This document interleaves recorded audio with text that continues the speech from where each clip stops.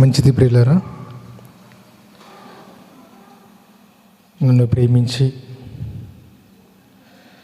చక్కటి అవకాశాన్ని కల్పించిన ముందుగా దేవునికి కృతజ్ఞతలు తెలియజేస్తున్నాం. అలాగే సంఘము, సంఘ పెద్దలు, ముఖ్యంగా సంఘ కాపరి చిన్నవాడిని నన్ను ప్రేమించి దేవుని యొక్క వాక్కులు చెప్పుటకు అవకాశాన్ని కల్పించిన సంఘ కాపరి గారికి, అలాగే సంఘ పెద్దలకు, సంఘ విశ్వాసులకు, సంఘ స్త్రీలకు అందరికీ కూడా నా హృదయపూర్వకమైన వందనాలు తెలియజేస్తున్నాం. కొద్ది నిమిషాలు వాక్య ధ్యానం చేసే ముందు చిన్న ప్రార్థన చేసుకుంటాం. నాతో పాటు తల వంచండి, ఏకీభవించండి. ప్రేమ కలిగిన మా కన్న తండ్రి, దయగలిగిన మా నాయన, నీ కృపను బట్టి, మీ ప్రేమను బట్టి ఇంతవరకు బ్రతికున్నాం తండ్రి. ఈ బుడమర్సు గ్రామానికి మమ్మల్ని తోడుకొని వచ్చారు. నాకైతే ఏది రాదు, నేను చెప్పలేను. కానీ మీరు చెబితే, మీరు మాట్లాడితే మీ పిల్లలకు చక్కగా అర్థమవుతుంది. మీ పిల్లలకు విలువైన వాక్కులను అందించి తమ జీవితాలలో ఉన్న లోటుపాట్లను సరిచేసుకునే భాగ్యమును తండ్రి మీ మాటల ద్వారా మా అందరికీ మేలుకొలుపును ఇస్తారని ఆశిస్తున్నాం. కనుకనైనా మీ పిల్లలు వినడానికి తమ హృదయాలను సంసిద్ధంగా ఉంచుకున్నారని విశ్వసిస్తున్నాం. కనుకనైనా మీ పిల్లలమైన మా అందరితో మీరే మాట్లాడమని, మా జీవితాలకు, మా ఆత్మీయ జీవితాలకు అవసరమైన సంగతులు మీరే నేర్పించమని వేడుతూ, మీ పక్షాన నిలబడి మాట్లాడిన నాకు సహాయపడమని కోరుతూ, క్రీస్తు పేరిట ఈ ప్రార్థన మనవులు అడిగి వేడుకుంటున్నాము మా కన్న తండ్రి. ఆమేన్. ప్రియమైన దేవుని వర్లారా, కొద్ది నిమిషాలు దేవుని మాటలు మనం ధ్యానిద్దాం. నేను నా ఊరు వచ్చేసి రామాపురం. నేను ఆయా గ్రామాలు తిరుగుతూ వాక్యాన్ని ప్రకటిస్తూ ఉంటాను. కనుక దేవుని దయను బట్టి మరలా మీ ప్రాంతానికి, అనగా నేను ఇంతకుముందు వచ్చాను, ప్రొజెక్టర్ తీసుకొని వచ్చాను. వాక్యం అయితే చెప్పలేదు, బయట ప్రొజెక్టర్ వేసినప్పుడు అలా వచ్చాము. మరలా దేవుడు మీ మధ్యకు నడిపించాడు వాక్యం పంచుకోవడానికి. కొద్ది నిమిషాలు మీరు పిల్లల్ని కొంచెం అదుపులో పెట్టుకోండమ్మా. పిల్లలు అలా తిరగకూడదు, జాగ్రత్త. మీ పిల్లలే కదా, మీ పిల్లల్ని మీ దగ్గర పెట్టుకోండి. మిగతా వాళ్ళు వాక్యం వినకుండా అయిపోతుంది. కనుక ఈరోజు మనం ఏం నేర్చుకుంటాము అంటే, నాకు తరచుగా ఒక ప్రశ్న వినపడుతుంది. ఏంటా ప్రశ్న అంటే, మనిషి మరణిస్తాడు, మనిషి చనిపోతాడు, చనిపోయిన తర్వాత ఆ వ్యక్తి ఏది కూడా చేత పట్టుకొని పోడు. ఈ మాటలు ప్రతి మనిషి నోట వింటూ ఉంటాం. అంటే మనిషి చనిపోయిన తర్వాత ఏది చేత పట్టుకొని పోడు, ఏది తన వెంట తీసుకుని వెళ్ళాడు, ఏది తన వెంట రాదు అని మనం చెప్తూ ఉంటాం. నిజమేనా? మనిషి వెంట ఏది రాదా? మనిషి ఏది పట్టుకొని పోడా? ఈ ప్రశ్నలన్నిటికీ మనం సమాధానం తెలుసుకుంటాం. చాలామందికి తెలియదండి, ఏది పట్టుకొని పోడు, ఏది వెంట రాదు అని మాట్లాడుతూ ఉంటారు. ఈరోజు మనము దాని గురించి చాలా క్షుణ్ణంగా పరిశీలిద్దాం. రాసుకునే వాళ్ళు ఖచ్చితంగా రాసుకోండి, జీవితంలో చాలా ఉపయోగపడతాయి. ఒకసారి మనం బైబిల్ గ్రంథంలో ఒక మాట మనం చూద్దాం. కీర్తనకారుడు రాసిన కీర్తన 89వ కీర్తన 48వ వచనం మనం చదువుదాం. ఇది తరచుగా మనం వింటున్నాం, చదువుతున్నాం. మరొకసారి సందర్భాన్ని బట్టి మనం చదువుకుందాం. కీర్తనలు 89వ కీర్తన 48వ వచనం. మరణము చూడక బ్రతుకు నరుడెవడు. చాలండి అన్న. సంఘ పెద్దలు ఎవరైనా ఉంటే కొంచెం పిల్లలు నీకు బయట అంతా అల్లరి చేస్తున్నారు, కొద్దిగా చూసుకోండి. ఎవరైనా ఉంటే వెళ్ళండి పాపం, ఎందుకంటే డిస్టర్బ్ చేస్తుంటారు. మరణము చూడక బ్రతుకు నరుడెవడు. ఇక్కడ క్వశ్చన్ మార్క్ వచ్చింది. అంటే మరణం అనేది అందరికీ వస్తుంది. మరణం చూడకుండా ఏ ఒక్కడు కూడా తప్పించుకోడు. అందరూ ఏదో ఒక రోజు చచ్చిపోవలసిందే. వాడు బలవంతుడైనా, ధనవంతుడైనా, బలశాలి అయినా, ఉన్నోడైనా, పేదోడైనా, సామాన్యుడైనా, శాస్త్రవేత్త అయినా ఏదో ఒక రోజు చావవలసిందే, మరణించవలసిందే అని బైబిల్ చెప్తుంది. ఒకసారి మరొక మాట మనం చూద్దాం. ప్రసంగి గ్రంథం 7వ అధ్యాయము. ప్రసంగి గ్రంథం 7వ అధ్యాయము తీయండి. అద్భుతమైన మాట సొలొమోను గారు చాలా చక్కగా వ్రాయించి మనందరికీ అందించడానికి ఎంతగానో ఆయన తోడ్పడ్డాడు. 7వ అధ్యాయము, ప్రసంగి గ్రంథం 7వ అధ్యాయం చూద్దామని 2వ వచనం మనం చూద్దాం. విందు జరుగుతున్న ఇంటికి పోవుట కంటే ప్రలాపించుచున్న వారి ఇంటికి పోవుట మేలు. ఏలయనగా మరణము అందరికీ వచ్చును. అంటే మరణం అనేది అందరికీ వస్తుంది. ఏ ఒక్కడు తప్పించుకోవడానికి వీల్లేదు. అందరూ చచ్చిపోవాలి, అందరు పోవాలి. ఈ భూమి మీద అందరు రాలిపోవాలి. ఏమండి, ఖచ్చితంగా మనం చనిపోతాం కదా. చనిపోతాము అని తెలిసి కూడా మనం సంపాదించడం మానుకోం, కూడబెట్టడం మానుకోం, పోగు చేసుకోవడం మానుకోం, కష్టపడటం మానుకోం. చూసారా, చనిపోతానని కూడా తెలిసి అన్నీ సంపాదించడానికి ఆశపడుతుంటాం. ఆ సంపాదించడానికి మోసాలు, దగాలు, దొంగతనాలు, నానా రకాలు. ఆఫ్టర్ ఆల్ ఒక 60-70 ఏళ్ళు బ్రతికే ఈ చిన్న జీవితంలో అన్నీ వదిలేసి వెళ్ళే దానికోసం నువ్వు నీ జీవితకాలం అంతా వేస్ట్ చేస్తున్నావు. ప్రియులరా, ఒక మాట మీకు చెప్తాను. మరణం కన్ఫామ్గా అందరికీ వస్తుంది కదా. అయితే మరణించిన ప్రతి మనిషి కూడా తాను సంపాదించుకున్న దానిలో ఏదైనా చేత పట్టుకొని పోతాడా అనంటే, ఒకసారి బైబిల్లో కొంతమంది భక్తులు చెప్పారు. వాళ్ళు ఏం చెప్పారు ఒకసారి మనం విందాం, తర్వాత మ్యాటర్లోకి వెళ్ళిపోదాం. ఓకే, ముందుగా యోబు గ్రంథం చూద్దాం. దయచేసి శ్రద్ధగా వినండి.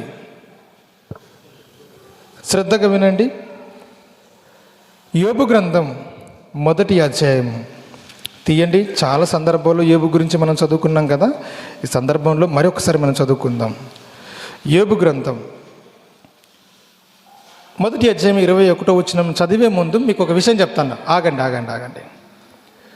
యోబు గారికి ఎంతమంది పిల్లలు? 10 మంది. ఎవరెవరు? ఓకే. ఆయనకి ఎంతమంది సంతానం అంటే చెప్పారు. ఆయనకి ఎంత ఆస్తి ఉంది ఒకసారి మనం బైబిల్లో మనం ఒకసారి చూద్దాం. 1వ అధ్యాయము 2వ వచనం నుంచి మనం చదువుదాం. అతనికి 7 కుమారులు 3 కుమార్తెలు కలిగిరి. బాగా కౌంట్ చేసుకోండి, మొత్తం 10 మంది. రైట్. తర్వాత అతనికి 7,000 గొర్రెలను, 3,000 ఒంటెలను, 500 జతల ఎడ్లును, 500 ఆడుదగాడిదలను కలిగి బహుమంది పనివారును అతనికి ఆస్తిగా ఉండెను. ఇక తూర్పు దిక్కు జనులందరిలో ఇతడే గొప్పవాడుగా ఉండెను. ఎంత ఉన్నాయంట ఆస్తి ఆయనకు? 10 మంది సంతానము, తర్వాత 7,000 గొర్రెలు, 7,000 గొర్రెలు అంట, 100 కాదు, 7,000 గొర్రెలు. నెక్స్ట్ 3,000 ఒంటెలు, ఇంకా 500 జతల ఎడ్లు. మనకు ఒక జత ఉంటేనే మహా, 2 జతలు ఉంటేనే అది ఓంక, కానీ ఈయనకు 500 జతలు ఎడ్లు ఉన్నాయంట. సిద్ధపరచడానికి ఇంత ఆస్తి ఉంది కదా. ఒకానొక రోజు అన్నీ పోయాయండి, అన్నీ కోల్పోయాడు. పిల్లలు చచ్చిపోయారు, తనకున్న గొర్రెలు ఒంటెలు అన్నీ కూడా పగోడు తీసుకుని వెళ్ళాడు. కొన్నిటిని చంపేశారు, పని వారిని హతం చేసేశారు. మొత్తం టోటల్గా పోయిందండి. తన ఆస్తిలో చిల్లి గవ్వ కూడా మిగలకుండా పోయింది. తనైనా బాగున్నాడంటే తనకు కూడా రోగం వచ్చి పడింది. శరీరం అంతా కురుపులతో పుండ్లతో బాధపడుతున్నాడు. మొత్తం పోయిందండి. ఆ సమయంలో భార్య ఏం చేయాలా? ఓదార్చాలా. ఏమండి, మనం పుట్టినప్పుడు ఏది తీసుకొని రాలేదు కదా, పోయేటప్పుడు కూడా ఏది తీసుకుని వెళ్ళము. దీని గురించి పెద్దగా ఆలోచన చేయకండి అని భార్య ఓదార్చాలి సహజంగా. కానీ భార్య ఏముంటుందో తెలుసా? నీ యథార్థతను విడవవా? నువ్వు ఇంకా నీ భక్తిని మానుకోవా? నీ దేవుడు ఏం చేశాడు? నువ్వు అంత భక్తిగా ఉన్నావు కదా, మొత్తం పోయింది మరి అని భార్య నిందించి అవమానపరిచి నీ చావు నువ్వు చావని వెళ్ళిపోయిందండి తన పుట్టింటికి. యోబు చూడండి, అన్ని కోల్పోయిన వ్యక్తికి ఆదరించే మనిషి కనిపెట్టలేకపోతున్నాడు. ఈరోజు కట్టుకున్నాను, 100 ఏళ్ళు నీతో తోడుగా ఉంటాను, చావు మనల్ని ఎడబాపు వరకు నీతో ఉంటానని ప్రమాణం చేసిన భార్యే యోబును వదిలేసి వెళ్ళిపోయింది. ఈరోజు చాలామంది స్త్రీమూర్తులు కూడా ఎట్లున్నారంటే, భర్త బాగున్నప్పుడు బాగుంటారండి. భర్తకు ఏదైనా యాక్సిడెంట్ జరిగో కాలు చేతిలో ఇరిగిపోతే ఇంకేం చేదిక, కాపురం చేదిక, వదిలేస్తుంది. మా ఊరిలో ఒక ఆయన అట్లనే జరిగిందండి. బాగున్నప్పుడు ఆయన బాగా వాడుకున్నారు. ఆయన కింద పడి నడుమంతా కూడా పోయింది, వదిలేసింది, పుట్టింటికి వెళ్ళిపోయింది. ఇప్పుడు ఆయన బాగోగులు ఎవరు చూడాలి? ఆలోచించండి. ఇలాంటి సిచ్యువేషన్లో యోబు గారు ఉన్నారు. అప్పుడు ఆయన నోరు తెరిచి అంటున్న మాట ఒకసారి మనం చూద్దాం. 21 చదవండి. ఇప్పుడు 21 అంటున్నారు చూడండి. నేను నా తల్లి గర్భము నుండి దిగంబరినై వచ్చి తిని దిగంబరిని అక్కడికి తిరిగి వెళ్ళేదను. ఏ రోజైనా ఎప్పుడైనా ఏ మనిషి అయినా మనం పుట్టేటప్పుడు ఆస్తితో వచ్చామా? భూమికి సంబంధించిన పాస్ పుస్తకం, డాక్యుమెంట్లు, బంగారు, నగలు, కమ్మలు ఇవన్నీ తీసుకొని వచ్చామా? లేదండి. కనీసం ఒంటి మీద బట్టలు కూడా లేవు. దిగంబరి అంటే బట్టలు లేకుండా వచ్చామని, ఖాళీగా వచ్చామని. దిగంబరిగా వచ్చాము తల్లి గర్భం నుండి. దిగంబరిగానే మనం వచ్చిన చోటికి తిరిగి వెళ్ళిపోవాలి, అంటే చనిపోవాలి, అంటే ఏది తీసుకొని పోలేము అని యోబు గారు ఖచ్చితంగా చెప్తున్నాడు. నిజంగా ఏం తీసుకొని పోలేమా? ఒకసారి మరి ఇంకో భక్తుని చూపిస్తున్నారు. 2వ భక్తుడు ఎవరంటే ఒకసారి చూద్దాం ప్రియులరా. ప్రసంగి గ్రంథం చూద్దాం. అద్భుతమైన మాట. ప్రసంగి గ్రంథం 5వ అధ్యాయము. ఆయన కూడా చూడండి ఎంత ధనవంతుడంటే, ఈ ప్రపంచంలో ఆయనకి మించిన ధనవంతుడు ఎవరు లేరండి. అమ్మ పిల్లలు చాలా అల్లరి చేస్తున్నారు తల్లి, చూసుకోండి కొంచెం. ప్రసంగి గ్రంథం 5వ అధ్యాయము 13వ వచనం మనం చూద్దాం. సూర్యుని క్రింద మనుషునకు ఆయాసకరమైనది ఒకటి జరుగుట నేను చూచింది. అంటే మనుషునికి ఒక ఆయాసకరమైనది ఒకటి జరుగుట నేను చూచానంటున్నాడు. ఏంటది? ఆస్తి గలవాడు తన ఆస్తిని దాచిపెట్టుకొని తనకు నాశనం తెప్పించుకును. ఈరోజు ఆస్తిని కూడబెట్టుకుంటే చాలా నేరాలు జరిగిపోతున్నాయి తెలుసా? చంపేస్తున్నారు, గొడవలు జరుగుతున్నాయి, మనశ్శాంతి ఉండదు తెలుసా ఆస్తి వలన. అందుకనే ధనమును నమ్ముకున్నవాడు బాగుపడునుందా, పాడైపోనుందా? పాడైపోతాడు. అది ఎంతవరకు ఉండాలో అంతవరకే పెట్టుకోవాలి. అది మనకి యూజ్ అయ్యేంత మాత్రమే సంపాదించుకోవాలి. అధిక ఆశపడి అధికంగా నువ్వు సంపాదన మీద ఆశ పెట్టుకొని నీ జీవితాన్నే దానికోసం ఫలంగా పెడుతున్నావు. ఇక్కడ చూడండి, ఆస్తి గలవాడు కూడా బాగా సమకూర్చుకున్నాడట, దాచిపెట్టుకున్నాడట. దేనికోసం దాచిపెట్టుకున్నాడు? నాశనం తెచ్చుకోవడానికే. ఇంకా అయితే ఆ ఆస్తి దురదృష్టము వలన నశించిపోవును. అతడు పుత్రుల గలవాడైనను అతని చేతిలో ఏమీ లేకపోవును. బాగా వినండి, ఇక్కడ చూడండి 15వ వచనం. వాడు ఏ ప్రకారము తల్లి గర్భము నుండి వచ్చనో ఆ ప్రకారం కానీ తాను వచ్చినట్లే దిగంబరిగానే మరలా పోవును. తాను ప్రయాసపడి చేసుకున్న దానిలో ఏదైనానో చేత పట్టుకొని పోడు. నువ్వు సంపాదించే ఏదైనా సరే, నువ్వు సంపాదించావు కదా, భూములు, పొలాలు, స్థలాలు, బంగారు, వెండి, డబ్బు, ఇలా ఇవన్నీ సంపాదించుకున్నావు కదా, వీటిలో చిల్లి గవ్వ కూడా తీసుకుని పోలేవని ప్రసంగి గారు చెప్తున్నారు. తీసుకొని పోలేవు. నిజంగానండి, తీసుకొని పోలేని దానికోసం ఎంత ప్రయాసపడుతున్నామండి. అహోరాత్రులు కష్టపడుతుంటాం. నిజంగా చాలా మోసపోతున్నాం. మరొక మాట చూద్దాం. మరొక భక్తుడు ఏమన్నాడో చూద్దామండి. తిమోతికి రాసిన మొదటి పత్రిక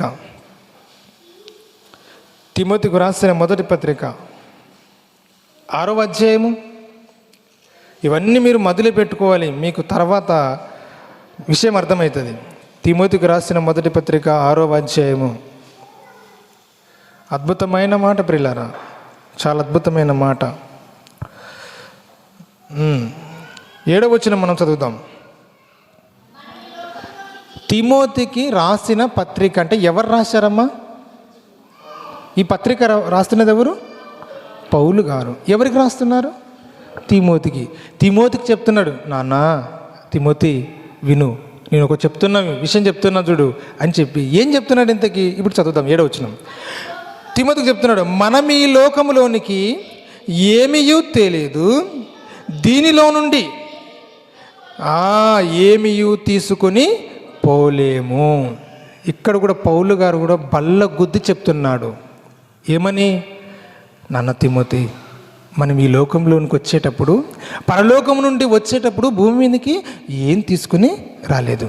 ఇగో ఈ లోకం నుంచి కూడా చచ్చిపోయిన తర్వాత పోయేటప్పుడు కూడా ఈ లోకంలో నుంచి ఏది చేత పట్టుకొని పోలేం, ఏం తీసుకొని పోలేం నాన్న అంటున్నాడు. ఇప్పుడు మనకు బాగా క్లారిటీగా అర్థమైంది. ఏమర్థమైందంటే, ఈ భూమి మీద ఎంత సంపాదించినా ఏది కూడా చేత పట్టుకొని పోడు అని క్లారిటీగా మనకు అర్థమైంది. ఇప్పుడు మిమ్మల్ని క్వశ్చన్ అడుగుతున్నా, ప్రశ్న ఏంటంటే, ఏమి తీసుకొని పోలేమా? ఏది మన వెంట రాదా? మిమ్మల్ని అడుగుతున్నా, ఏం తీసుకొని పోలేమా? ఏది మన వెంట రాదా? ఖచ్చితంగా వస్తుంది, ఖచ్చితంగా వస్తుందండి. మీరు ఇన్ని రోజులు భ్రమలో ఉన్నారు. ఏమి తీసుకొని పోలేము, ఉన్నది ఒకటే జిందగీ, అందులో మనము ఎంజాయ్ చేద్దాం, ఎలా పడితే అలా బతికేద్దాం అని మీరు అనుకుంటున్నారేమో. మోసపోతారు, జాగ్రత్త. పోతారు, మీరందరూ కొట్టుకొని పోతారు. ఏమనుకుంటున్నారు? తెలుసుకోవాలి ఈ విషయం. మోసపోవద్దు. ఏం తీసుకొని పోలేము అనుకోవద్దు. ఏది మన వెంట రాదనుకోవద్దు. వస్తుంది మీ వెంట. ఏంటది? చూద్దామా? బైబిల్ చూద్దామండి. చూద్దాం. ప్రకటన గ్రంథం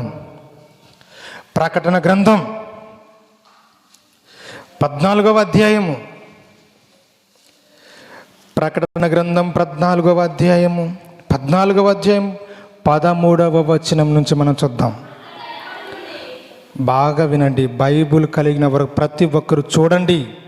దీనికి ప్రశ్న, ఏం తీసుకొని పోలేము అనేది నిజమా అబద్ధమా అన్నది మనం ఒకసారి చూద్దాం.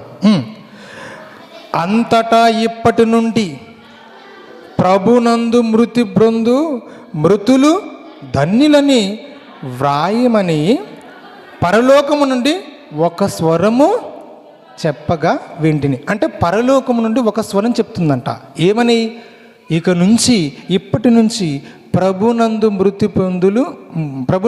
పొందు మృతులు ధన్యులని రాయి, యోహాను రాసాయి అని ఎవరు చెప్తున్నారంట? ఒక స్వరం. ఆ స్వరం ఎవరిదో కాదు, ఆత్మది. కిందకి చదువుతాం ఇంకా. నెక్స్ట్ కింద నిజమే వారు తమ ప్రయాసం, బాగా గుర్తుపెట్టుకోండి, ఇక్కడ ఉంచండి, మనకు కావలసిన మ్యాటర్ అంతా ఇక్కడ ఉంది, చూద్దాం. నిజమే వారు తమ ప్రయాసములు మాని విశ్రాంతి పొందుదురు. ఆగండి, ఇక్కడ ఆగండి. వారి ప్రయాసములు మాని విశ్రాంతి పొందుదురు అంటే ఏంటిది? ఎవరి గురించి మాట్లాడుతున్నారంటే భక్తుల గురించి. దేవుడి కోసం భూమి మీద బ్రతికినంత కాలం వాళ్ళు దేవుని కోసం చాలా కష్టపడ్డారు, చాలా శ్రమించారు. సువార్త పని కోసం తమ దేహమును, కాలమును, సమయాన్ని, తన ఆస్తిని అన్నిని కూడా పోగొట్టుకున్నారు. దేవుడి కోసం బలంగా పెట్టారు. చివరికి వారి ప్రాణాలు కూడా పెట్టేశారు. వారి ప్రయాసములు మాని విశ్రాంతి, ప్రయాసము అంటే వాళ్ళు ప్రయాసపడ్డారు భూమి మీద, విశ్రాంతిలో వెళ్ళిపోతున్నారు. ఇప్పుడు చూద్దాం. నిజమే వారు తమ ప్రయాసములు మాని విశ్రాంతి పొందుదురు. ఇక్కడ చూడండి. వారి క్రియలు వారి వెంట పోవనని ఆత్మ చెప్పుచున్నాడు. వారి క్రియలు వారి వెంట పోవునని. క్రియలు అంటే ఏంటమ్మా? ఏంటి? పనులు. మనం బ్రతికే విధానం, మన జీవితం. నువ్వు రోజు ఏం చేస్తున్నావో, ఎలా ఉంటున్నావో, ఏం మాట్లాడుతున్నావో, ఎవరితో ఎలా ఉన్నావో, ఏమేమి కార్యక్రమాలు చేస్తున్నావో అన్నీ నీ వెంట కట్టుకొని పోతున్నాయి. నువ్వు మంచి చేస్తే మంచి నీ వెంట వస్తుంది. నువ్వు చెడు చేస్తే చెడు నీ వెంట వస్తుంది, నిన్ను వెంబడిస్తుంది, నిన్ను చంపేస్తుంది. అది ఏమనుకుంటున్నారు? అర్థమవుతుందా? వారి క్రియలు వారి వెంట పోవచున్నవి. భక్తుల క్రియలు వాళ్ళ వెంట పోతున్నాయట. వాళ్ళు చేసిన మంచి పనులు, వాళ్ళు చేసిన దేవుని కోసం కష్టపడిన పనులన్నీ కూడా వాళ్ళ వెంట పోతున్నాయట. అయితే నువ్వు ఎలా ఉన్నావు? నువ్వు ఏం క్రియలు చేస్తున్నావు? ఎలా ఉంది నీ బ్రతుకు? నీ బ్రతుకు వలన నువ్వు ఏం సంపాదించుకున్నావు? ఏ క్రియలు ఉన్నాయి? నీ వెంట ఏమొస్తున్నాయి? నువ్వు పోయేటప్పుడు ఏమొస్తాయి చెప్పండి? ఏమొస్తాయి? మంచి పనులు చేస్తున్నారా? మంచి క్రియలు చేస్తున్నారా? అయితే మంచి వస్తుంది మీ అంట. ఇవేనండి. పోయేటప్పుడు ఏది రాదని భక్తులు చెప్పారు కదా, వాళ్ళు చెప్పింది 100% కరెక్ట్ అండి. ఎందుకు తెలుసా? వాళ్ళు సంపాదన గురించి మాట్లాడారు. భూమి మీద ఆస్తుల గురించి, అంతస్తుల గురించి, పోగు చేసుకున్న డబ్బు గురించి మాట్లాడారు. దీని గురించి కాదు. నిజమే, అందులో మనం ఏది తీసుకొని పోలేం. కానీ ఏది మన వెంట రాదని చెప్పారు కదా. కానీ ఇక్కడ యోహాను గారు ఆత్మ చెప్పడం బట్టి రాస్తున్నది ఏంటంటే, వారి క్రియలు వారి వెంట పోవుచున్నవి. అంటే మనం చేసిన మంచి పనులు మన వెంట వస్తాయి, మనల్ని వెంబడిస్తాయి, మనల్ని వదలవు. దేవుడు అంటాడు కదా, నిన్ను విడువను ఎడబాయను. క్రియలు కూడా, నువ్వు చేసిన పాపాలు, నువ్వు చేసిన ద్రోహాలు, నువ్వు చేసిన మోసాలు, నువ్వు చేసిన వ్యభిచారాలు అన్నీ నిన్ను వదలవు, నిన్ను విడువను ఎడబాయను, నిన్ను ఈడ్చుకుని నరకానికి పంపిస్తా. అన్ని క్రియలు అంటాయి. తెలుసా? మీకు విషయం తెలుసా? ఈ క్రియలే దేవుడి దగ్గర నువ్వు మంచివాడివా చెడ్డవాడివా తేల్చి చెప్తాయి. ఈ క్రియలే నువ్వు పరలోకానికి వెళ్ళాలా లేదా నరకానికి వెళ్ళాలా అని డిసైడ్ చేస్తాయి నువ్వు బ్రతుకుతున్న బ్రతుకును బట్టి. అర్థమవుతుందా? ఇప్పుడు ఏమొస్తాయమ్మా? మన వెంట ఏమొస్తాయి? ఏమి రావా? ఏమొస్తాయి? ఏం క్రియలు? మీరు పొరపాటున ఆలోచన చేయకండి. మంచి మాత్రమే వస్తుంది అని ఆలోచన చేయకండి. చెడు కూడా వస్తుంది. నీ పీక పిసకడానికి నిన్ను నేరస్తునిగా బోన్లో నిలబెడతాయి. కోర్టులో బోన్ ఉంటుంది, జడ్జి ఉంటాడు, లాయర్స్ ఉంటారు. అమ్మ, బోన్లో ఎవరు నిలబెడతారమ్మా? మంచి చేసిన వాడు నిలబడతాడా? ఖైదీ, వాడు నేరం చేశాడు. నిన్ను కూడా నీ క్రియలు నువ్వు మంచి చేస్తే మంచివాడిగా నీతిమంతునిగా నిలబెడతాయి. దేవుని ముందు తల ఎత్తుకునేవాడిగా నిన్ను నిలబెడతాయి. ధైర్యంగా నిలబడతావు. నువ్వు చెడు చేసావు అనుకో, బోన్లో నిలబడేవాడు ఎట్టుంటాడు? దిమ్మరగా ఉంటాడా? వాడు ఇలా చేతులు కట్టుకొని ఇలా ఉంటాడు. ఎందుకు? తప్పు చేశాడు. నువ్వు కూడా నీ క్రియలు నిన్ను కూడా బోన్లో నిలబెడతాయి. నువ్వు చేసిన క్రియలను బట్టి నువ్వు తప్పుడు వ్యక్తివా మంచి వ్యక్తివి కాదా అన్నది డిసైడ్ చేస్తావయ్యా. నీ పనులు, నీ మాటలు, నీ చూపులు, నీ ప్రవర్తన, నీ బ్రతుకు అన్నీ కౌంట్ చేసి దేవుడు నీ క్రియలను బట్టి, నిజంగా చెప్తున్నా, నీ క్రియలను బట్టి నీ జీవితం ఎక్కడ, నీ గమ్యం ఎక్కడ, నువ్వు ఎటువైపు వెళ్ళాలి, ఎక్కడుండాలన్నది డిసైడ్ చేస్తాయి. ఏంటో తెలుసా? దేవుడు కాదు, నీ క్రియలే డిసైడ్ చేస్తాయి. నువ్వు ఎక్కడికి పోవాలో డిసైడ్ చేస్తాయి. అర్థమవుతుందా? కనుక భ్రమపడొద్దండి. ఉన్నది చిన్న జీవితం ప్రియులారా, చిన్నది, చాలా చిన్నది. మీకు విషయం తెలుసా? షాకింగ్ న్యూస్ చెప్తాను చూడండి. మా ఊర్లో ఈరోజు 4 చచ్చిపోయారు. ఒకే రోజు 4 చచ్చిపోయారు తెలుసా? ఆశ్చర్యం వేసింది నాకు. రాత్రి వరకు ఏమీ లేదు, తెల్లారేసరికి 4 శవాలు లేచిపోయాయి. చూడండి, అంటే మనిషి జీవితం ఎట్టుదండి? ఎటువంటిది? ఆవిరి లాంటిది కదా. ఎప్పుడు చచ్చిపోతామో ప్రియులరా, ఎప్పుడు మనం కాలం ముగిసిపోతుందో తెలియదు. కనుక జాగ్రత్తగా బతుకుదాం. మనం అంతా ఇరుగు పొరుగు వారితో మంచిగా ఉందాం. కోపాలు, ద్వేషాలు, కక్షలు, పగలు దేనికి చెప్పండి? ఇవన్నీ నిన్ను దోషిగా నిలబెడతాయి. ఇవన్నీ నిన్ను పాపిగా నిలబెడతాయి. పాపులకు పరలోకమందు చోటుందా? పాపులకు కాదమ్మా, పరిశుద్ధులకి. కనుక పాపులుగా నువ్వు ఉండకుండా పరిశుద్ధమైన క్రియలు సంపాదించుకోవాలి. మంచి పనులు చెయ్యి, నిన్ను నీతిమంతునిగా నిలబెడతాయి, తలెత్తుకునేవాడికి నిలబెడతాయి, మంచి వ్యక్తిగా నిలబెడతాయి, మంచి దానిగా నిలబెడతాయి. పరలోకం నీకే అని దేవుడు డిసైడ్ చేస్తాడు. మీకు ఇంకో విషయం చెప్తాను చూడండి. మనము ఏదో క్రీస్తు న్యాయపీఠం ఎదుట తీర్పు ఉందంటాం కదా. అంటే మనం అంతా వెళ్ళి క్రీస్తు యొక్క న్యాయపీఠం ఎదుట మనం నిలబడతామంట. అక్కడ జడ్జిలాగా అన్యాయాలన్నీ కూడా చేసిన తర్వాత పంపిస్తారనుకుంటున్నాం కదా. న్యాయము అక్కడ జరగడం కాదు, ముందు ఇక్కడ జరుగుతుంది. రోజుకి ఎన్ని గంటలమ్మా? 24 గంటలు. 24 గంటల్లో నువ్వు ఎలా ఉన్నావు, ప్రతి నిమిషం, ప్రతి సెకండ్, ఇవన్నీ కూడా కౌంట్ చేసుకొని నువ్వేం చేశావో దీనిలో అని రోజు నీకు తీర్పు జరిగిపోతుంది, జడ్జిమెంట్ జరిగిపోతుంది తెలుసా?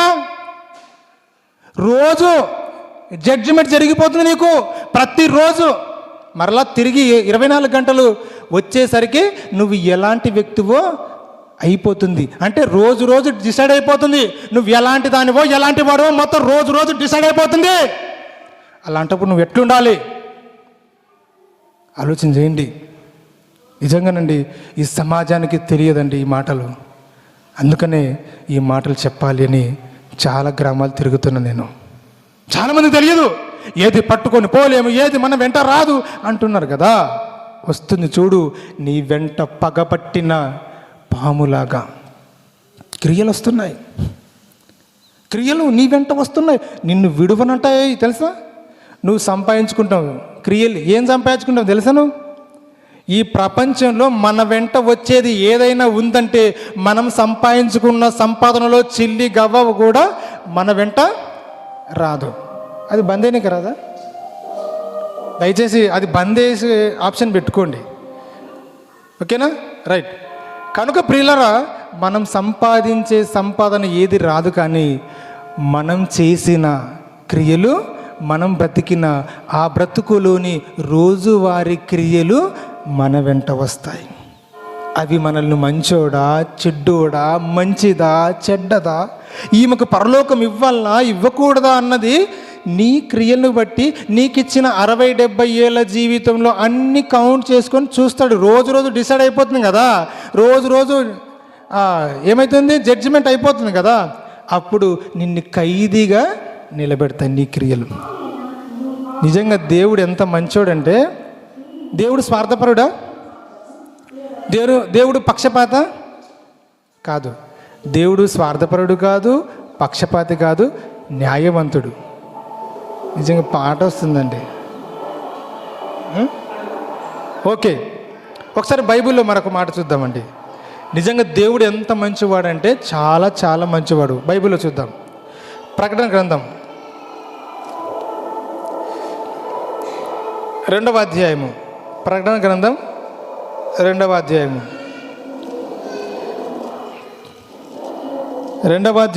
23వ వచనం చూద్దాం. ప్రకటన గ్రంథము 2వ అధ్యాయము 23వ వచనం చూడండి. ఏందమ్మా? దాని పిల్లలను నిశ్చయముగా చంపెదను, అందువలన అంతరింద్రియములను హృదయములను పరీక్షించువాడను నేనే. అంటే దేవుడు ఎలాంటి వాడంట? అంతరింద్రియములను హృదయములను పరీక్షించే దేవుడు. అంటే ఈరోజు బయటికి నీతిమంతులుగా కనబడతారు చాలామంది, బయటకి మందికి మనుషులకు చాలా మంచోడు, చాలా మంచిదీమా అన్నట్టుగా కనబడతారు. వాస్తవానికి లోపల ఉంటుందండి, చెత్తంతా పేరుకుపోయి ఉంటుంది, కట్టలుగా ఉంటుంది. ఒకసారి నీ బతుకులోకి వెనక్కి వెళ్ళి చూసుకో, నువ్వు ఎలా ఉన్నావో, ఏంటి నీ బతుకు అన్నది. ఇక నుంచైనా మేలుకొని బ్రతుకు. దేవుడు నీ హృదయానికి, నీ ఆలోచన కేంద్రానికి ఆలోచన రాకముందే, ఊహకు రాకముందే అన్నీ ఆయనకు తెలుసా? అంతరింద్రియములను హృదయములను పరీక్షించు దేవుడు. అర్థమవుతుందా? కింద పరీక్షించువాడను నేనే అని అన్ని సంఘములన్నీ తెలుసుకొనును. బాగా వినండి, ఇక్కడ చూడండి. మరియు మీలో ప్రతి వానికి వాని క్రియల చొప్పున ప్రతిఫలం ఇచ్చదను. ఏమంట? వాని క్రియల చొప్పున, వాని బ్రతుకు చొప్పున ప్రతిఫలం ఇస్తాను అంటున్నాడు. చూడండి, ఈరోజు మనం పనికి వెళ్తాం, డ్యూటీకి వెళ్తాం. మనకేమొస్తుంది? డ్యూటీకి వెళ్తే జీతం వస్తుంది, పనికి వెళ్తే కూలి వస్తుంది. ఓకేనా? దేవుడు కూడా చాలా చాలా మంచోడండి, న్యాయవంతుడు, చాలా న్యాయవంతుడు.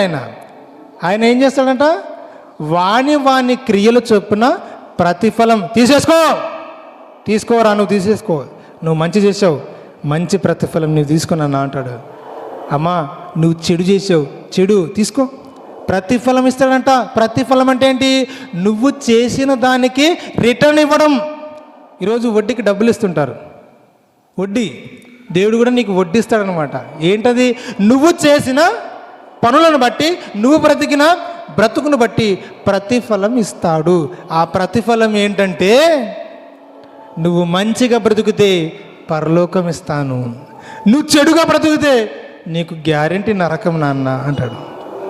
అదేనండి ప్రతిఫలము, అదే ప్రతిఫలం. కనుక ప్రియులారా, ఆలోచన చేయండి, మంచి నిర్ణయం తీసుకోండి. దేవుని ఎదుట మన క్రియలు ఎలా ఉండాలి? నీతిగా కనబడాలి. మన వెంట ఏది రాదని అనుకోకండి, మన వెంట వస్తున్నది ఏంటో తెలుసా? అందుకని పెద్దలు అంటుంటారు, పోయేటప్పుడు ఏది రాదు కానీ మంచి చెడు. అయినా కదా, మంచి చెడు. నిజంగా చెప్తున్నాను, మంచి చెడు మాత్రమే మన వెంట వస్తాయి, కానీ మనం సంపాదించుకున్న సంపాదన ఏది కూడా మన వెంట రాదు. కనుక ఇక నుంచి ఎట్లుంటారు మీరు చెప్పండి? ఎట్లుంటారు? నీతిమంతుడిగా ఉంటారా? మీకు ఒక విషయం తెలుసా? మన క్రియలను బట్టి మనం నీతిమంతుడిగా తీర్చబడతాం. కనుక ఆలోచన చేయండి, మంచి నిర్ణయం తీసుకోండి. చివరికి ఒక మాట చూపించి నేను ముగిస్తాను. చూడండి, చివరికి ఒక మాట చూపిస్తుంది. పేతురు రాసిన మొదటి పత్రిక. దయచేసి సంఘ పెద్దలు ఎవరో ఉన్నారు, మరి ఈ మైక్ని ఈ వాక్యం చెప్పే టైంలో తీసేయండి అంతే, ఇంకా వద్దు. దీనివల్ల ఏంది? నేను ఎంత అరుస్తున్నా కూడా పైన మోదుతూ ఉంది, అది వేస్ట్ అన్న. మీరు ఏం బాధపడినా పర్లేదు, నెక్స్ట్ నన్ను రానివ్వకుండా పర్వాలేదు. దయచేసి సంఘం వాక్యం వినేటప్పుడు డిస్టర్బ్ కాకూడదు, వద్దు, అలాంటిది వద్దు. ఫ్రీ టైంలో పెట్టండి, పర్లేదు. వాక్యం చెప్పేటప్పుడు ఏంటది? వద్దున్నా, దయచేసి ఆలోచించండి. ఎంత టైం వేస్ట్ చూడండి. నేను మొత్తుకున్నది ఏది అర్థం కాలే. మైక్ ఎప్పుడు స్టార్ట్ అయిందో అప్పటి నుంచి వేస్ట్ అయిపోయింది. చూడండి, సమయం వేస్ట్ అయిపోయింది, మాటలు వేస్ట్ అయిపోయినాయి. ఇప్పుడైనా చెప్తాను ఏంటంటే, దేవుడు ప్రతిఫలం ఇస్తాడంట. ఒకసారి చదవనన్న ఆ మాట. ఇందాక మనం ప్రకటన గ్రంథం తీసాం కదా, మైకు వలన కొంచెం ఇబ్బంది అయిపోయింది. దాని పిల్లలను నిక్షేమగా చంపేదను, అందువలన అంతరింద్రియములను హృదయములను పరీక్షించువడను నేనే దేవుడను. నీకు జన్మనిచ్చాను కదా, నేను పరీక్షిస్తాను, హృదయాలను పరీక్షిస్తాను. ఇంకా సంఘములన్నీ తెలుసుకోవాలంటే, సంఘాలు అన్నీ కూడా తెలుసుకోవాలంటే, ఈ మ్యాటర్ తెలుసుకోవాలంటే. ఏ మ్యాటర్ తెలుసుకోవాలి? సంఘాలన్నీ. సంఘం అంటే ఏంటి? 4 గోడలు కాదు, నువ్వయ్యా, నువ్వు మనుషులుగా మనమే. ఎప్పుడైతే బాప్తిసం తీసుకొని సంఘంలోకి వచ్చేసామో, క్రీస్తు రాజ్యంలోకి అడుగుపెట్టామే, మనందరం కలిసే సంఘం. ఈ సంఘాలన్నీ తెలుసుకోవాలంట, దేవుని పిల్లలందరూ తెలుసుకోవాలంట. ఏం తెలుసుకోవాలి? ఇప్పుడు చదవండి. మరియు మీలో ప్రతి వానికి వాని క్రియలు చొప్పున ఏమిస్తాడంట? వాని క్రియల చొప్పున, వాని బ్రతుకు చొప్పున ప్రతిఫలం తీసేసుకో అంటాడు. అంతే. ఇంకా నువ్వు చెడు చేస్తే చెడు నీకు, నిజంగా చెడుకి ఏమొస్తుందన్నా? ఈ లోకంలో న్యాయం ఉంటుంది, న్యాయ వ్యవస్థ ఉంటుంది, పోలీస్ వ్యవస్థ ఉంటుంది, డిపార్ట్మెంట్ ఉంటుంది. చెడు చేస్తే ఏం చేస్తుంది? అది సన్మానిస్తుందా? సాలవేసి దండేసి శిక్ష ఇస్తుంది. నిజంగా ఈ శిక్షలను అయితే నమ్మలేములేండి. డబ్బు ఇస్తే శిక్షలు కూడా మాఫీ అయిపోతాయి. ఇవన్నీ దొంగ శిక్షలు, దొంగ చట్టాలు. అర్థమవుతుందా? కానీ దేవుని చట్టం అలా కాదు. దేవా, నీకు 1 కోటి రూపాయలు రాసిస్తా, నా ఆస్తి అంతా రాసిస్తా, నా పాపాలు మాఫీ చేయవా అంటే, నో బిడ్డా, లేదు. నువ్వెన్ని ఇచ్చినా, అరే నేను ఇచ్చినా నాకేస్తావా? ఏం బుద్ధి ఉందారా నీకు అంటాడు. భూమినిచ్చింది ఎవరు? బంగారు ఇచ్చింది ఎవరు? ఆస్తినిచ్చింది ఎవరు? అన్నీ దేవుడే. మళ్ళీ దేవుడికి ఇస్తానంటే ఏంటి అంటే బిచ్చగాడు దేవుడు? నో, వాటన్నిటికీ దేవుడు లొంగేవాడు కాదు. నీ మనసివ్వు, వంగిపోతాడు, లొంగిపోతాడు. నీ మనసిస్తే దేవుడు పడిపోతాడు. నీకు విషయం చెప్పనా? దేవుడు నీ వాడైపోతాడు నువ్వు హృదయాన్ని ఇస్తే. అందుకనే తలుపు దగ్గర తడుతున్నాడంట. ఏ తలుపు? హృదయం యొక్క తలుపు. అమ్మా తెరువమ్మా, తెరువమ్మా, లోపల దయ్యాలు ఉన్నాయమ్మా, వాటిని పంపించమ్మా, నేను వస్తానమ్మా అంటే, లేదు ప్రభా, బిజీగా ఉన్నాం, చాలా ఫుల్ అయిపోయింది, హౌస్ ఫుల్ అయిపోయింది, నువ్వు మేము పోయిన తర్వాత రా. ఎక్కడికి? పాడ ఎత్తిన తర్వాత రా. ఏంటండి, చాలా గమ్మత్తుగా ఉంది కదా. వద్దండి, అట్లా చేయొద్దండి. మనం బతుకున్నప్పుడే దేవుడికి హృదయాన్ని ఇద్దాం. మనం బతుకున్నప్పుడే మంచిగా బ్రతుకుదాం, మంచి క్రియలు సంపాదించుకుందాం, నలుగురిలో మంచి దానవు, మంచి వాడవని అనిపించుకుందాం. నిజంగా ఈరోజు సాక్ష్యాలు ఎలా ఉన్నాయి? మీ వీధిలో నీ గురించి ఏం మాట్లాడుకుంటారమ్మా? ఏం మాట్లాడుకుంటున్నారన్నా? నీ ముందు మంచోడే అంటారు, నువ్వు పోయిన తర్వాత గుంతలు తవ్వుతారు తెలుసా? వాడు అంతే అంటారు, అంతే ఆయన అంతే అంటారు. నీ ఎదురుగా మాట్లాడే వాళ్ళు కాదు నీకు కావాల్సింది. నువ్వు కానకపోయినా, నువ్వు కనిపించకపోయినా, ఆ మనిషి అండి చాలా మంచోడండి అని నువ్వు లేకపోయినా నీ గురించి మాట్లాడే తత్వాన్ని, మాట్లాడే ఆ యొక్క విధానాన్ని, ఆ బ్రతుకునే నువ్వు సంపాదించుకోవాలి. అది మనకు కావాల్సింది. ఎదురుగా పొగడతల మాటలు వద్దమ్మో, వాడు పొగుడుతున్నాడంటే నీకు గుంతలు తవ్వుతున్నాడని అర్థం చేసుకో. నీ కుటుంబాన్ని నాశనం చేస్తున్నాడు అనుకో. పాడ ఎత్తడానికి పాడ కడుతున్నాడు, నీ కోసం సిద్ధం చేస్తున్నాడు అనుకో. అలాంటి వాడిని నమ్మొద్దండి. వాడు ఫేస్ టు ఫేస్ మిమ్మల్ని తిట్టాడంటే వాడిని గౌరవించండి. వాడు నీ బాగు కోరుతున్నాడు, అమ్మ అట్లా బతకడం మంచిది కాదమ్మా అన్నాడు అనుకో, వాడిని సన్మానించండి. ఈరోజు సేవకుడు ఉన్నాడు, మిమ్మల్ని ఎన్నోసార్లు ఖండిస్తుంటాడు, అది మంచిది. మిమ్మల్ని మీ బ్రతుకును మలచడానికి ఆయన సుత్తి తీసుకున్నాడు, శానం తీసుకున్నాడు, కొడతా ఉన్నాడు మలచడానికి. అలాంటప్పుడు ఏంటి, ఒక శానం సుత్తి తీసుకొని మలుస్తూ ఉంటే శిల్పం తయారవుతుందా కదా? లేదు. ఉట్టిగా చూస్తూ ఉంటే శిల్పం తయారవుతుందా? లేదు. అందుకని పాస్టర్ గారు కూడా మీకు చాలా విషయాలు చెప్పి మిమ్మల్ని ఏం చేస్తున్నాడు, మంచి శిల్పిగా మార్చాలని, మంచి వ్యక్తిగా మార్చాలని ఖండిస్తున్నప్పుడు మీరు ఏం చేయాలి, ఇది నా కోసమే. చాలామంది సార్ నా కోసమే చెప్పినాడు, చూస్తారు రేపు గొడవనే అంటుంటారు. ఏంది, ఆయన తిట్టడం పక్కన పెడితే నువ్వు పోతున్నావు ఫస్ట్, అక్కడ నువ్వు పాడగట్టుకుంటున్నావు అక్కడ. కనుక ఆలోచన చేయండి నా దేవుని పిల్లలారా. సార్ నీళ్ళు కనుక ప్రియులారా, ఆలోచన చేయండి, మంచి నిర్ణయం తీసుకోండి.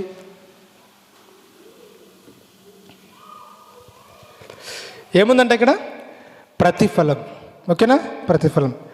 ఇక పేతురు రాసిన మొదటి పత్రిక చూద్దాం, ముగించుకుందాం, సమయం చాలా అయిపోయింది కదా. కనుక పేతురు రాసిన మొదటి పత్రిక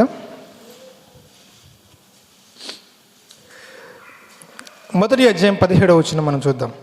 ఎంత మంచి మాట అంటే, పేతురు గారు ఏంటమ్మా, పక్షపాతం లేకుండా చూడండి, పక్షపాతం ఉండకూడదట. పక్షపాతం, వీడు నావోడు వాడు మావోడు కాదు. ఏమండి, ఒక విషయం చెప్పనా, భూమి మీద బ్రతుకుతున్న ప్రతి వాడు మనోడే. వాడు కులాలు వేరు చేసుకున్నాడు, మతాలు వేరు చేసుకున్నాడు, వర్గాలు వేరు చేసుకున్నాడు, కానీ మనమంతా దేవుని పిల్లలమే. మనమంతా అన్నదమ్ములం, మనమంతా అక్క చెల్లెలం, మనమంతా తల్లి పిల్లలం, మనమంతా ఒక కుటుంబం. కనుక చదవండి ఒకసారి. పక్షపాతం లేకుండా క్రియలను బట్టి ప్రతివానికి తీర్పు తీర్చేవాడు తండ్రి అని. ఏదంట, ప్రతివానికి వాని క్రియలు చొప్పున తీర్పు తీరుస్తాడంట. చదువు తల్లి. తీర్పు తీర్చువాడు తండ్రి అని ఎవరు చేస్తున్నారంట, ప్రార్థన చేస్తున్నారంట. మనం చేస్తున్నామా, దేవా నువ్వు తీర్పు తీర్చేవాడవు అని ఎవరైనా ప్రార్థన చేస్తున్నారా? దేవుని ఒకవైపే చూసాం మనం, ప్రేమమయుడు, దయామయుడు, కనికరమయుడు అన్నీ చూస్తుంటాం కదా. దేవుడు తాట తీస్తాడన్న విషయం కూడా మీకు తెలియదు. తాట తీస్తాడు తెలుసా, తోలు వలుస్తాడు తెలుసా, తోలు వలుస్తాడు. ఈరోజు మాంసం కదా గట్టిగా తినొచ్చుంటారు కదా, ఎద్దులు కోసే వాళ్ళు ఏం చేస్తుంటారు, బాగా మంచిగా తోలు విడదీసి మంచిగా మీకు మాంసాన్ని పెడతా ఉంటారు. దేవుడు కూడా ఏం చేస్తాడు, మీ తోలు వలుస్తాడు తెలుసా. మంచిగా బతికితే ఏమన్నాడు, ప్రేమిస్తాడు, మీకు ఏం కావాలో ఇస్తాడు. అంత మంచోడు దేవుడు అంటే, చాలా మంచోడు అండి దేవుడు. చదువు తల్లి ఒకసారి, పోదాం, ముగించుకుందాం.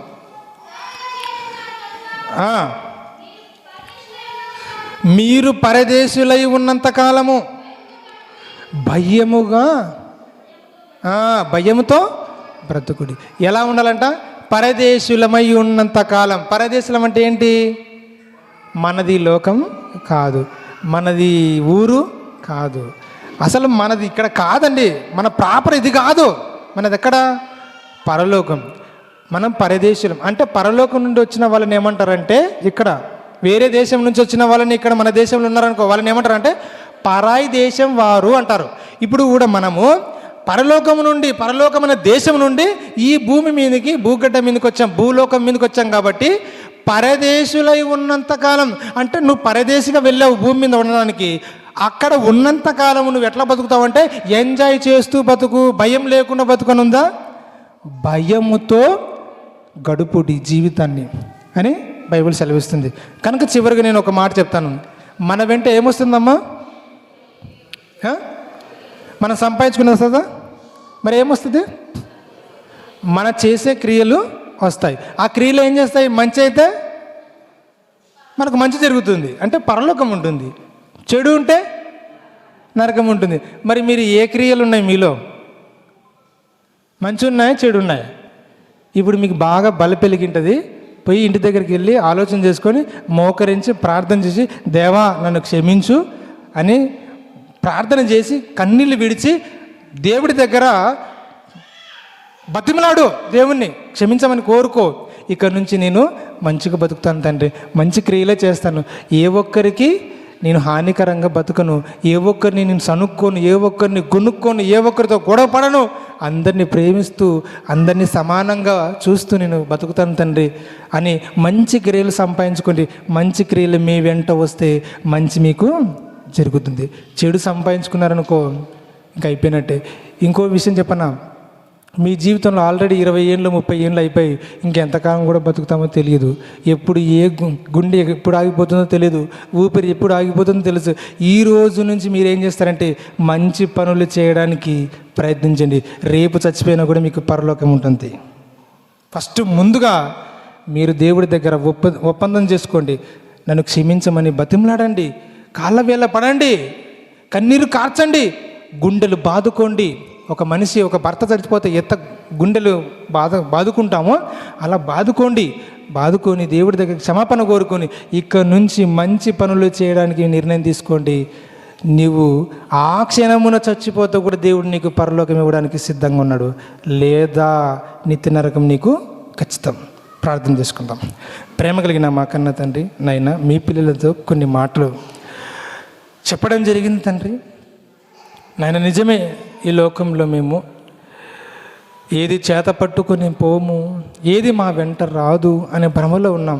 కానీ తండ్రి బైబిల్ గ్రంథంలోనైనా స్పష్టంగా మీరు తెలియజేశారు, చనిపోయిన తర్వాత కూడా మా క్రియలు మా జీవితంలో మేము చేసిన మంచి చెడు మా వెంట వస్తుందని, ఆ చెడు వలన ఆ మంచి వలన మాకు మంచి వలనైతే మంచి జరుగుతుంది, చెడు వలన అయితే మాకు నాశనం కలుగుతుంది తండ్రి. కనుకనైనా మమ్మల్ని క్షమించండి. ఇక నుంచి మేము తండ్రి నీ చిత్త ప్రకారం బ్రతకాలి. అప్పటి వరకు నైనా మేము ఎలా ఉన్నామో నీకు తెలుసు.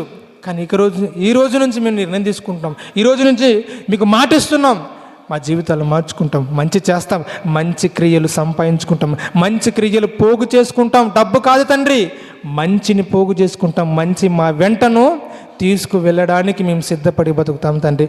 అట్టి జ్ఞానమును మంచిగా బతకడానికి తండ్రి తెలివిని జ్ఞానమును ఆలోచన ఇచ్చి వాక్యంలో సత్యంలో మమ్మల్ని అందరినీ నడిపించమని వేడుకుంటూ తండ్రి మరి సేవకుని జ్ఞాపకం చేసుకోండి. తండ్రి సేవకుడు చేసే పరిచర్యని జ్ఞాపకం చేసుకోండి, సంఘాన్ని జ్ఞాపకం చేసుకోండి, అందరినీ జ్ఞాపకం చేసుకోండి.